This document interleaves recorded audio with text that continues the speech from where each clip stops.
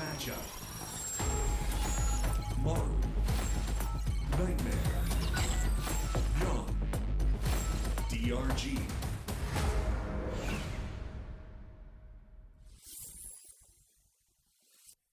Welcome back to the GSL. We have already had our first player advance here. Maru playing a very impressive TVT there to survive. ByuN will be in our final match of the evening. Now it's time to eliminate our first GSL player. Now with the format change, we only have 16 players. Obviously, it is a very difficult tournament to even get an appearance in. Yeah, a ton of players try to play through the qualifiers and could not make it just because the competition is so stacked. Starting the round of 16, it's almost like we're already in the thick of it. We're just hunched over looking at the graphic. It's like Jurassic Park where I come up over the hands, King Kong. The veil is being lifted. This is what we do like every single broadcast. No, yeah, when the game starts, we go, make it like that. Look at my knees up here like that. Hold on. Take off your jacket. Take off my jacket. I unbutton this. Scratching my chest. I'm doing my play-by-play. Yeah. We're still getting a handle on when we come back on camera and how fast that is. Yeah, because usually, we come back on show, we did the little intro, we go to the first slide, and then we're off camera pretty much until we go into the outro. Now we come back on. So we just had the worst chains back here. Normally we just have the worst posture ever, just hunched over this desk. I mean, it's so funny actually. If you ever see a bunch of StarCraft players all at dinner together, in a bar together with their little nerd backs on, their heads just fall right down. It's a bunch of guys in the 20 years in the 20-year range, 30-year range. They all have the posture of Bernie Sanders. All right, so we're gonna go to Royal Blood for map 1. Have we seen Royal Blood in every series so far? I think we might have. think so. Yeah. Huh. Royal Blood gonna be set number 2. We'll be seeing Altitude. Map number 2, that should be a guaranteed one, as I'm sure. My memory's always so bad about this in terms of what games and what maps actually get played over the course of the day as we're casting. I've talked to this with Artosis, and we've actually done this experiment where we'll be like, can you name every game and what happened in it when we're done? When we're walking, it says we almost never able to do all of them. It's something weird about when you cast is you try to retain everything. This is it. We're going to go into this match. NightMare versus DRG. We barely talked about this guy. NightMare. Oh, now I am going to have a nightmare hearing that voice. I love these rugs we have. Yeah, we have a nice rug underneath this. It's like a magic carpet. Or maybe not. Maybe it's just a carpet. I think it's something magical about it. It can't fly. But if it could, it'd be OP. DRG.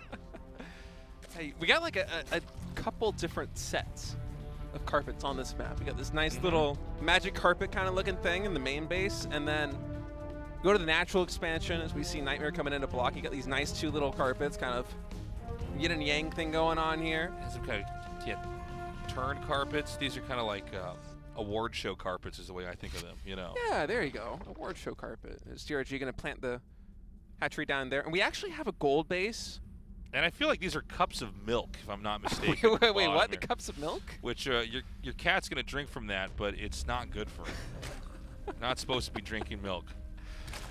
I was going to continue on the rug tangent, but I want to see this cup of milk now. I swear, if you look at when they come down the ramp, it looks like there's a saucer of milk. Yeah, we'll take a look. But one thing that kind of surprised me, the first time there it is. Oh, there it is. Yeah, I saw it. Yeah, look at that. This also the middle of this map with the wood floors and the gold everywhere. It reminds me of that Heroes of the Storm map with the pirate. Heroes of the Storm map. Yeah, I'm not. Did you not play that game at all? Did not get into that one. Well, it looks like that. Well, anyways, it does look like that. I know that you can't prove that because you didn't play it, but you're gonna have to trust me. I believe you. I wouldn't lie to you in front of all these people watching us. But yeah, the first time that I played on this map, I was going through and I noticed this rug theme where every single base is a little bit of a rug, and I was like, oh, this is so cool. You have this little magic carpet thing going on the main base. You got these 2 symmetrical carpets here at the natural expansion, and then I had this little seed in my mind. I'm like, I bet the gold base carpet's gonna be so cool. And then you go and it's like a little bathroom mat. Yeah, it's like this little tiny. It's like this little tiny hexagon. It's the saddest little carpet you've ever seen. But yeah, NightMare with this probe here. behind what would be the natural expansion for Dongre Guggen and try and see when that third hatchery goes down. DRG now popping out a couple of Lings, going for speed. Stargate opening here for NightMare. Yeah, let's see if NightMare just plays normally. Maybe he just takes a third, gets an Oracle, or maybe even a Void Ray and expands, or if we're going to have any kind of timing attack. It did feel like a lot of last year was watching the Protoss try to do that crazy timing attack that never worked, and the Zerg would eventually kill them. Yeah, with the exception of maybe Hero, who was able to kind of make some nice plays and actually kind of leverage that into the middle and late game. But so far, that really has been the story in a lot of these PvZs, is these, as you said, often failed timing attacks where Zerg players have just gotten so good over the course of the decade that StarCraft 2 has been out at just knowing how to exactly walk the razor's edge in terms of what you can get away with in terms of greed and what you can't. I mean, it's kind of always been one of the ways that Zerg can be played, but they've gotten so good at it. And the longer the game's out, the more wild the moves from the Protoss are, if they are going to do any kind of timing attack. But who knows how this year is going to pan out in each of the matchups. We do have these meta shifts that we get to watch, develop over time. And we have had these games where Protosses just actually don't attack. They just stay back, they turtle, they defend, and we get into one of these pretty long, dramatic PvZs. These Lings are going to come around here, and luckily for Protoss, oh my god! Okay, not bad. For a second, I thought that was going to get away, but yeah, last hit, DRG's able to kill that Adept, and will be a Forged Twilight Council follow-up behind that third base here for NightMare, so far, so good for him. Nothing too really out of the box. This is about as cookie cutter as it gets. Yeah, pretty much.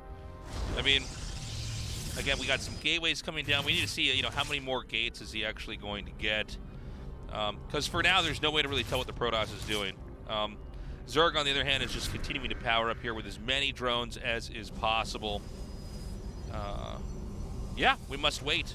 We're going to have this Twilight Council finish here, and we are going to have Blink. Okay. Now, we did have these games from Hero where he basically just got a lot of Oracles and the Stalkers and kind of played aggro. I don't think we're going to have that this time because there's no activity out of the Stargate. The Overlord's going to come in here. This is very well timed out. When you look at that, okay, it's either Blink or it's, Glaive Adepts, and it's probably not that. And so, right now, NightMare's playing very well. He's not doing anything too dramatic. He's not, doing some kind of an all-in. He's just developing normally, but we will see some pressure build here coming up. Yeah, absolutely. And this is something that not only Hero, but also MaxPax has been so good at. Yeah. Is using these Blink Stalkers to just kind of shark around the map, especially with Oracles. Ooh, a little bit of a slip up there for NightMare, taking some... Man, it took a long time to realize what was going on there. Perhaps misclicked on the minimap or something and thought he sent the Oracles further away, but that's a lot of hull damage being taken. Let's put those Oracles down to half HP. DRG now with a little bit of a run by. We'll pick off 2 probes. Yeah, not bad at all back there. Just sniping those workers, just getting anything out of there that he can. We are starting to see a lot more warp-ins. With the 4 additional gateways about to finish, this should tee up the push from the Protoss. Now, the 4th base for the Zerg is down here just next to 6 o'clock. It's not exactly a very attackable position. I guess you can go the long way all the way around to the bottom and try to hit it. But to be honest, I feel like none of these positions that Zerg are in are that attackable. But he is making a pylon out here on the map. He's not just going to be relying on a warp prism or anything like that. And he is going to be reinforcing from here. The Lings have not come around and spotted that pylon just yet. Yeah, there's going to be a proxy gate as well, so this is going to be a heavily committed attack here for NightMare. Keep in mind, +1 ground weapons is completed here for the Protoss players. So coming in here, these Stalkers are going to pack a punch. Getting some damage in, will blink away, and oh, we got a big stasis trap! Look at all those Zerglings get caught out right there. Beautifully done. The Stalkers are going to come down once more. The Oracle's still ready to be activated when they need to. Another stasis ward coming down. Dongre successfully able to deactivate that one. These Zerglings are about to pop. Now he's going to be careful because he can get surrounded by these Lings as this thaws. That's exactly what we have, but the Oracles are doing a great job of dealing some extra damage over here. He's going to be pulled back. A lot of these Queens are off creep, and they get sniped down.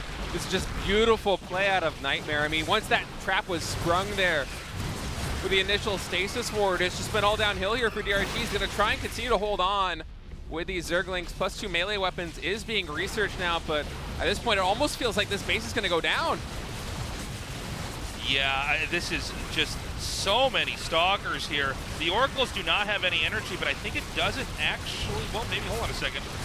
So many Stalkers are surviving, though. I mean, they're getting low HP, but the blink control is there, and NightMare actually confident enough to blink on top, pick off this hatchery, and get an additional queen. And DRG right now is 20 supply down, just continuously pumping Zerglings and Banelings. He's desperate to try to make something happen here, but keep in mind, 30 Stalkers absolutely beats 23 Lings.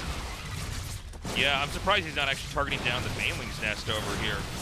The Banes are going to be coming out. Now, he doesn't have any sentries or any way to easily block this, so he just has to kind of fan out, blink away.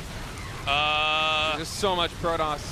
This is just too much. I mean, I can't believe that this is actually how DRG is going to be taken out in game one. NightMare, very nicely done.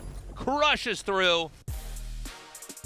That was a fantastic game number one. I love the way that NightMare executed that push. Yeah. Over there on the fourth base of DRG. You know, once that stasis ward popped, it got so many Zerglings that DRG was no longer in a position where he could actually contest NightMare's army. And NightMare did the smart thing. He didn't back off. He didn't try and wait and just surround those Lings that he captured.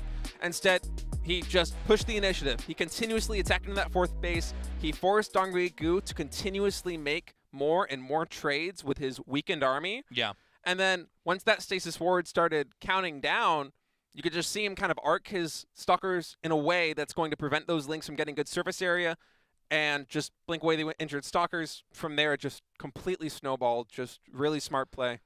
It was very cool to see. Like, if you look back on the push, he does not get a Warp Prism. That's very intentional. He has very strong upgraded Stalkers, but relies on the pylon to bring that in. And I think from the Zerg's perspective, he doesn't see the Warp Prism out. He's like, oh, this isn't a commitment. This isn't, you know. We don't have that very often, a pylon and a gateway just for that position in, like, mid-game in a kind of normal-looking push. He came out, and I love what you pointed out, State, you know, that the stasis ward was huge. And so NightMare takes game one, DRG in some hot water. We're going to go to altitude here for map number 2. All right, let's see what DRG is able to cook up. This is an elimination match here for him. Yeah. He must survive here. It's altitude loading up. All right, guys, we're going to go to map 2 as NightMare versus DRG continues on. This time, NightMare with a 1-0 lead.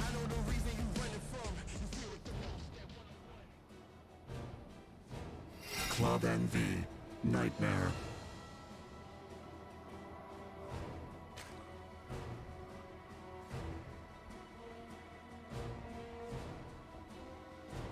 Club NV, DRG. So we do have a probe going southbound through the middle of the map here. It looks like this probe just going to try deny that natural expansion here for DRG. Excited to see altitude get played here. Yeah, this is going to be fun. Let's see how they approach this map. It's going to be a gateway as part of the wall in here on the low ground. The probe has come out and denied the hatchery that would be made. Natural expansion that'll force the Zerg to expand further out on the map. That third base just getting taken there by DRG. NightMare is going to come into the main base. Confirm no early pool. Check on the gas geyser timing, and from here, just going to watch as both players develop. 110 gas coming in here for DRG. I think that's about 330 on speed. I remember my maths, my old Protoss days, trying to get damage done those adepts. I'm probably wrong about that. It's been so long. It's good to know those, though, when you're playing, if you know exactly when something comes out, you know, a certain time, what you can get away with and what you can't. That was one of the weird things for when StarCraft Remastered came out, is in the original StarCraft, we didn't have a clock on the screen. What? Yeah. So it was like you'd have these other weird things that you would try to use to, like, know the timings of stuff. Like, if I have, like, this amount of supply at this point in time, that's, like, at that moment, that's when this attack should come or not come. That is crazy to me, not having a clock. It's crazy, dude. And then when Remastered came back out and I started tinkering with that, I'm like, oh my god, this is so much better to just have an actual clock. Because sometimes you'll play a little bit slower, right? Or you make a mistake, you can have the wrong read on a situation. I'm just imagining, like, I'm imagining some old school, like, Brood War player just, like, busting out their watch in the middle of a game and just, like, they just, like, keep looking down and they're like, okay, it's been 3 minutes and 45 seconds. I gotta watch out for the vulture timing. Yeah, I mean, it's crazy. I can't imagine playing an RTS game without a clock. No, you need to have a clock. I sometimes see streamers do this for a variety of different RTS games, and they just play without a clock when there's one enabled in the game, and I'm like, how do you wrap your head around I don't get that at all. timings? I feel like it's such a good tool to have. Why would you not want that there? And it's so easy once you memorize a certain number of things that you can you can call based off where the clock is. It makes your life so much easier. All right, so it's going to be a Twilight Council here before NightMare. No Stargate just yet, and actually a Robo. So I'm wondering exactly what variant of Twilight Pressure this is going to be. It might be... I'm saying this and I'm already dreading it. It might be a Depth Pressure. But Could be. I mean, if it is, it hasn't worked out that well so far. We do have... oh, excuse me. It's a Dark Shrine. Yeah, Dark Shrine build. Okay. Of course. Of course it would have started already if it was going to be that. Okay, so maybe a little DT drop coming in here. Yeah.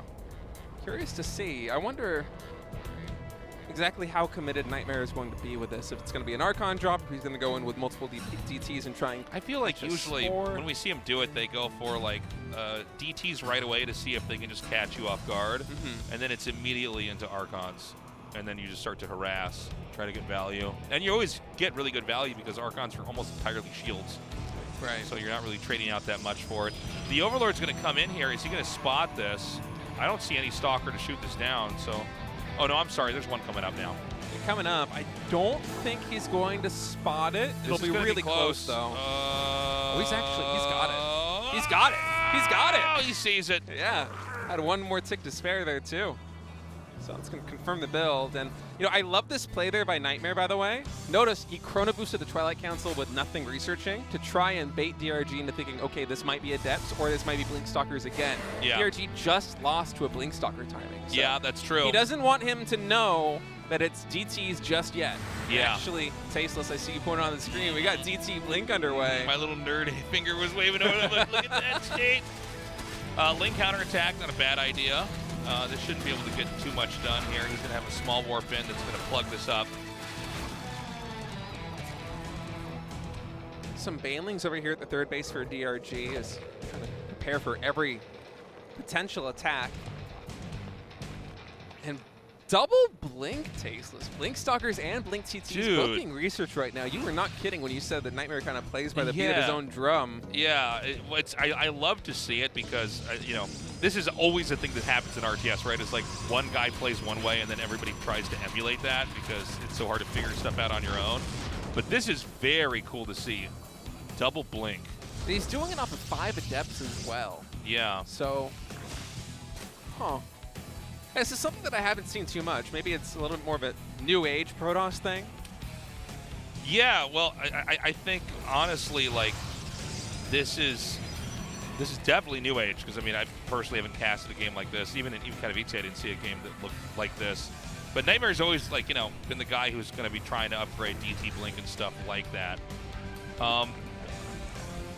Okay, so the DTs are going to come down now. Is he actually ready? Does he have any detection? There's a Spore and an Overseer coming, but it's not where it needs to be to actually keep this safe.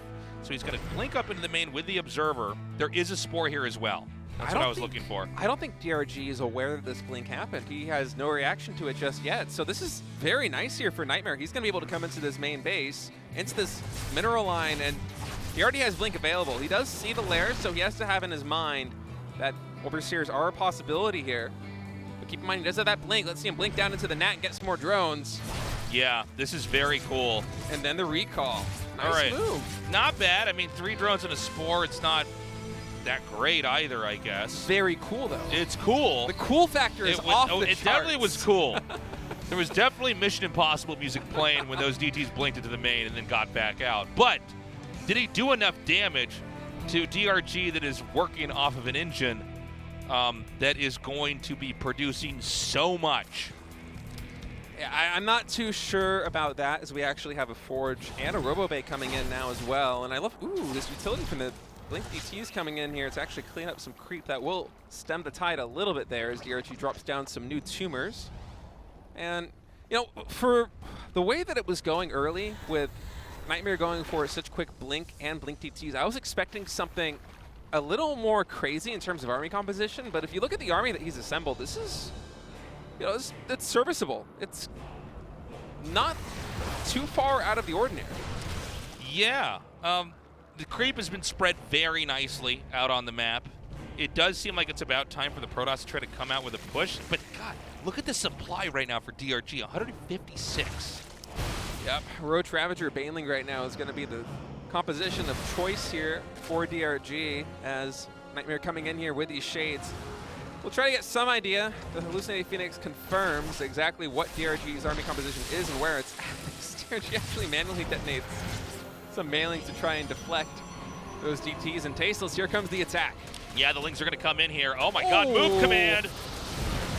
All right, that was not the way I thought it was going to go down. A lot of these Lings are doing a lot of damage, and DRG is just going to start to crush through here. Disruptors are out, though, Tasteless, and there's some big hits coming in as multiple Ravagers go down. Will it be enough, though? I mean, it just seems like as cool as what NightMare was trying to do was, it did not put him in a position where he can even hang with a Zerg that's going to be producing off of this much. Yeah. This might be one of those situations where you're just trying to go for a little bit too nuanced to play, and then suddenly this army just sweeps in. Yeah, it's just like, well, this is what happens when you try to do that. Now I'm exactly where I need to be. It's like, that's cool that you got DT Blink, but... Some more nice Disruptor hits, but the nail is basically already in the coffin. That third Nexus only just now being rebuilt here for NightMare, and keep in mind, he lost workers there as well, and this main base already half saturation with those mineral fields depleting. He needs to make something happen, but... Yeah, I mean, I feel like when you see games like this, it's just the Protoss trying to get a third like 2 or 3 more times and always losing. Yeah, it's tough for DRG with his army composition to really go for a killing blow up that natural base, especially with 4 Disruptors out and shield batteries on the top of that ramp, so... He's going to do the smart thing. He's going to play it slow and just wait for NightMare to eventually try to retake that third base as he is right now, and then just come in and bring the hammer to him yet again, but... It's gonna take a miracle for NightMare to try and come back in this one. Yeah, this is, it's too bad. I mean, he looked very cool in that first game, but this is a little bit too styling, I think, from him. And, you know, what value do the DTs with the Blink really get you right now? You know? It's hard to kill them off, sure. But, I mean, Zerg's already maxed out. Zerg is almost doubling the supply of the Protoss. And, you know, there's not much to this, right? I mean, you basically just 1A your whole army across the map, and I mean, I don't even know with perfect Disruptor shots how well you can actually do, right? Yep, first Disruptor shot comes in, second one is a whiff, third one will be able to connect with some Roaches, but there is just so much Zerg that... This is it. Yeah, I think we're going to go to game 3. I mean, I don't know what else to say. You know, clearly, the build order was original, I'll give him that. Certainly was. But I think we see why we're probably not going to see that again in any match that's of any importance. Yeah, I mean, maybe there is some kind of potential to mixing in Blink Stalkers and Blink DTs, but just not the way that one shaked I out. think maybe if you can do some kind of a timing attack and not like a harass, right? I mean, DRG basically just played it safe. He had the Spore. If there's no Spore, I think you can actually do a ton of damage. I think you can kill off a bunch of drones, maybe get the Queen. But if there's a Spore, okay, well, then they kill the Spore, Yeah. and then you have to leave. You know what I mean? I think in total he got maybe 3 drones, half damage on a hatchery, and a couple creep tumors with those DTs and not too much else. And he was able to morph them into Archons, but need more meat in your army, you know? I mean, that's an expensive upgrade, going for the Dark Shrine, building those DTs, going for the Warp Prism, getting DT Blink. It's a lot of resources invested in something that didn't really have an immediate payoff. That doesn't kill a base. It doesn't wipe out a ton of drones. I mean, we see 3 drones killed a lot of times by 2 oracles. Right. You know what I mean? And then that's it. And it's like, well, that's good. It's better than not killing any drones, but it's not enough to really reshape the game. And basically, DRG just gets to go where he was trying to go. He gets all his units out. And now we're tied up 1-1. Yeah, and as a Zerg also in a position like that, I think you might kind of be breathing a sigh of relief when he's like, oh, you're going for a Blink DT? That's your thing? I can kind of, you don't have a kill move potential I just defend? Okay. So we'll see what NightMare is going to bring out here on set number 3, Babylon. Babylon. Babylon, yeah. Babylon. Excuse me, I mispronounced Is there even that. a baby on this map? What's going on? Why do they name it that? That's kind of stupid. These fools. These fools. Is there even a crib for the baby? I mean, what? I don't get it. We're going to go to that map 3 right now, guys. This is NightMare versus DRG. And remember, the loser is out of the GSL. Out!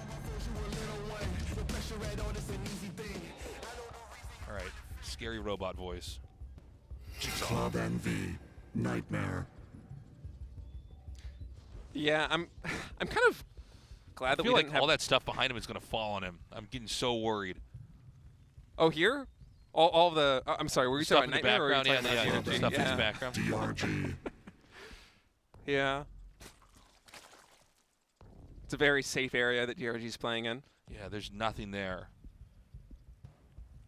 So, I mean, I think we need to see something more pronounced here from NightMare this time around. I like that he's got, like I said, you know, he does have his like own take on the race and the game, and that's very cool to see. But it was not enough.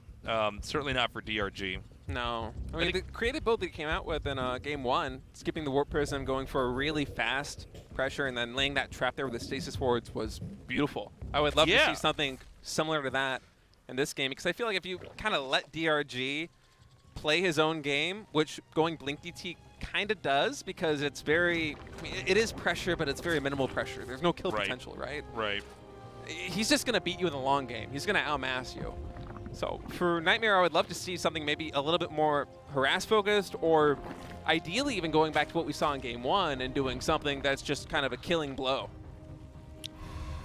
Well, we're going to see what exactly NightMare's got in store here. It does seem like so far DRG just wants to get into like mid-game and late game and just kind of produce and play the defender. I guess that's not true for the one game against ByuN, but everything else has been like that. He did have that crazy proxy hatchery against ByuN. That was really fun to cast. I think in this situation here, elimination match against NightMare as DRG, I mean, you kind of know this guy's style. He tends to be a little bit quirky, a little bit aggressive, a little bit offbeat. Just play defensively, get a good idea of what's going on, and try to overwhelm him the same way that you did in game number 2. Yeah. It's really going to be up to NightMare to try and throw a wrench into the machine that is DRG and topple him to, you know, go to that final decider match. Yeah. And you know, I think NightMare, I really liked that first game. That was really fun to see. I don't feel like I've quite casted something like that. And it was funny because when I was watching it happen, I thought, man, he just still doesn't have a robo. Like, what is he, you know? And then I see the pylon come down, and I'm like, oh, yeah, I guess. And the fact that he didn't even overmake oracles, which, you know, when we watched Hero especially play, it was like lots of stalkers and lots of oracles to basically mute out any use the Lings might have had. And the Lings are really one of the big things that counter stalkers if you can get them surrounded. But instead, it's like a different approach that relies on stasis and then a lot more stalkers to take the game. So yeah, I mean, NightMare's got a lot of cool ideas here. I think, you know, one of the burdens of Protoss is that very few pros have played very, very, very straight up and conservative and like do the same builds over and over. Like, that's Stats. Stats is like, yeah, I can tell you I'm going to open with this and I'm still going to beat you. And I just kind of play it perfectly. You know, the thing that Protoss has that I think is what makes it fun is the branch after the cybernetic score is done, all these different options. Right. For like what you can tech to. So it's like, oh, I'm going to go for a Robo. No, I'm going to go for a Stargate. I think it's the reason why when we think back at, you know, some of the greatest Protoss players of all time, we think about, you know, world champion SOS, who is just a complete wild card. Oh, you and just don't know what he's going to do. He leans into Protoss more so than anybody else in terms of just complete randomness. Something deadly is coming your way, and it could be any one of these 12 things. You don't know how to anticipate it. You have NightMare now coming in, actually catching this spot before the Spore Crawler is done. So a little bit of greed check there on DRG. We'll pick up 4 drones, and I'm going to start here for NightMare. But I like what you said, where, you know, these other races, Terran and Zerg, very linear in the way that they progress over the course of the game. With Protoss, you really have a lot of opportunities right out of the gate, and you have to lean into that. And that's what NightMare did in game number 1. It's kind of what he tried to do in game number 2. Yeah, it was bad theory, I think, in game 2 was the problem. Like, he executed the build, but it's like, yeah, but so what did that get you? You didn't actually get ahead at all. You probably, I mean, like, that Oracle that killed 4 drones did more damage than those 3 DTs, and, you know, those DTs are not cheap. Blink is not cheap. Well, it's cheap, but, you know, I mean, all these things add up. Whenever you invest in something that's going to harass, it has to pay for itself, and ideally more. I think we're seeing the same build that we saw in game 1, more or less, because NightMare's thrown down that 3rd Nexus, and he hasn't built a probe in so long. Okay, just now starting up 3, but there was a long probe cut there. Blink is already underway. +1 ground weapons is done, and yep, even more gateways. So this is looking like another timing attack here with Blink. Yeah, hey, look, I mean, why not try it? I do feel like, you know, this can't be as effective as Game 1, right? Because, I mean, DRG's experienced this before. He is going to get a Robo, by the way, so maybe not the exact same build, but definitely looks like it's got a lot of the same ideas at play here. Yeah, we'll see exactly what NightMare is going to do. More Stalkers getting warped in. Does throw down a Robo, so it's not a carbon copy of what we saw in Game 1. And in fact, it might just be something a little bit more standard. Maybe him cutting probes there was just him playing a little bit more safe and trying to get some critical infrastructure up in case DRG comes for a timing attack here at the 3rd. Okay, well, that 4th base is coming down, and very often in this matchup, that's the moment where we do see them try to come in and do that push. The Blink is going to be done. We have the same 2 Oracles from Game 1. Maybe the exact same pilots. They're from. Yeah, they did survive, right? Listen, we lost Game 2. Get those same 2 Oracles back in here. I like this move right here by NightMare. This is very ambitious, but... Well, he's trying to come out here and say, like, okay, where's the pylon? Where's your setup? And he's going to counterattack, actually, now over here. Well, he was. There's rocks blocking that, but he's looking for something. Yep, a lot of Zerglings now coming in from DRG on a NightMare's 3rd base. NightMare is going to blink back. Not a bad engagement here right from the start here for NightMare, but that's a lot of Lings, Tasteless. Yeah, it's kind of crazy how long that Stalker was staying alive. That's a bit of an overextension by DRG. That's a lot of Lings. Obviously, Lings are the most expendable thing in the game, but still, that's quite a bit that were picked off there. And this should allow NightMare to then kind of come back out on the map and start trying to fight once more. Yep, RoboBay now coming in for NightMare as he's going to slowly start to add either Disruptors or Colossi into this mix here. Will be Disruptors, yeah. Dark Shrine underway, and man, so far I'm really liking the position that NightMare is in. This is his most solid game by a mile, I think. Yeah, I thought it was going to be the same game as Game 1, but no, he's just playing a little bit more passively, maybe hoping that DRG is going to overreact and you know, cut drones to try to not die to a push that's not really even coming. In fact, it looks like at this point in time, NightMare is more interested in getting a 4th base than even trying to push out so far. Yep. These Stalkers once again deflect with these Zerglings, and you know, this is something that Hero really pioneered when he came back to StarCraft 2, and it's a great success, and it's nice to see NightMare kind of playing a little bit more of a standard style right now and making it work. You know, he's already taking that 4th base, only going to be 1 base behind the Zerg. That's an okay position for Protoss to be in. Getting his +2 ground weapons, Dark Shrine almost done. Just trying to solidify his position. So the Lings are going to come in here once more. I got to say, DRG is starting to really make this work. I mean, if you can't keep track of all these Lings, you're never going to get your 4th base up. And this may actually be kind of a funny way that DRG eventually navigates this to a win, is just denying the 4th over and over while continuing to grow on his side of the map. Yeah. For as much as I like what NightMare is doing here, you can't get caught out of position like that. Yeah. It's such a Ling-heavy composition. You really need to stabilize and kind of play similar to the way that Maru did against ByuN in some way, where you just have to have almost impenetrable armor. Yeah, you have to have, like, I think, especially you'll see this with players that have, like, everything on one hotkey, where it's like, well, now you're going to die to a counterattack somewhere. If you can spread your stuff out a little bit more, you can be okay. And it looks like the Lings are going to come up now. And, you know, I am actually starting to wonder if this game is going to end a lot like Game 2, where, like, the Zerg's just going to have way more and just start to crush the Protoss, because the Protoss didn't really get anything done here. And the 4th, excuse me, was delayed so many times over. It might, especially with melee attack level 2 coming in here for the Zerg. With so many Zerglings, 104 Lings on the map right now, and even some Banelings in the mix. Is DRG with his +2 weapons, he's willing to take this trade. Non-existent Blink Micro here for NightMare, so he's going to lose a couple of Stalkers. Yeah, good control so far from NightMare. He's slowly blinking back. But these Stalker losses, they add up quick. I mean, these Lings are so easy to replace, and really, if you're in NightMare's position, you got to fight as hard as you possibly can to get close to max, because any fight that happens right now between DRG and you, DRG's army, he's not really getting much stronger at this point. Maybe he can morph some more Banelings, but that's it. His army supply isn't getting bigger.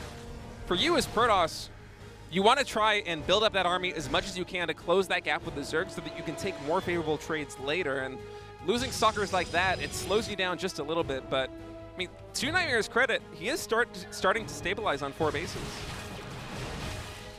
Yeah, you're right. He hasn't been broken into just yet. I mean, he's basically staying alive here. I'm just worried that, we're getting to that point where Zerg is so far ahead, getting so much of the map, and that's when you can start to trade inefficiently. Oh, my God. Nice play there by NightMare using the Disruption Ball to deal with a lot of those Banelings. But then even more damage coming in there as they're going to slowly start to repopulate this base. Yeah. So there's going to be a lot more Banes. It was kind of a weird attack that we saw back there. Kind of didn't do anything. It was like way too many Banes for what was actually there, right? Right. So not a favorable trade. Kind of sloppy from DRG, if I'm going to be honest. But we're going to have so many Banes at this point in time. I don't even know how many Banes are in this game right now, but like there's going to be a moment where I think DRG can just pull the trigger. I say that, though, but then we see this push come out here from NightMare, so maybe it's going to be coming down to this fight over here instead. Yeah, NightMare's getting close to max, and he's starting to feel confident enough to begin moving out on the map, but he has to be mindful of counterattacks here because, this composition is very immobile, and actually Dongre setting up a huge flank coming in. Disruptor shots on those Hydralisks will not connect. Bailey's coming on the Stalkers with massive connections.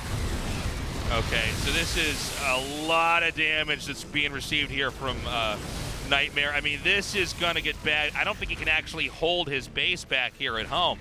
He's dropped down to 120. Well, now it's spiked back up to 135 supply. But DRG's maxed out. Yeah, I'm not sure NightMare's going to be able to hold on. Maybe a little bit too ambitious, moving out into the middle of the map there and getting caught. Almost completely surrounded by DRG is...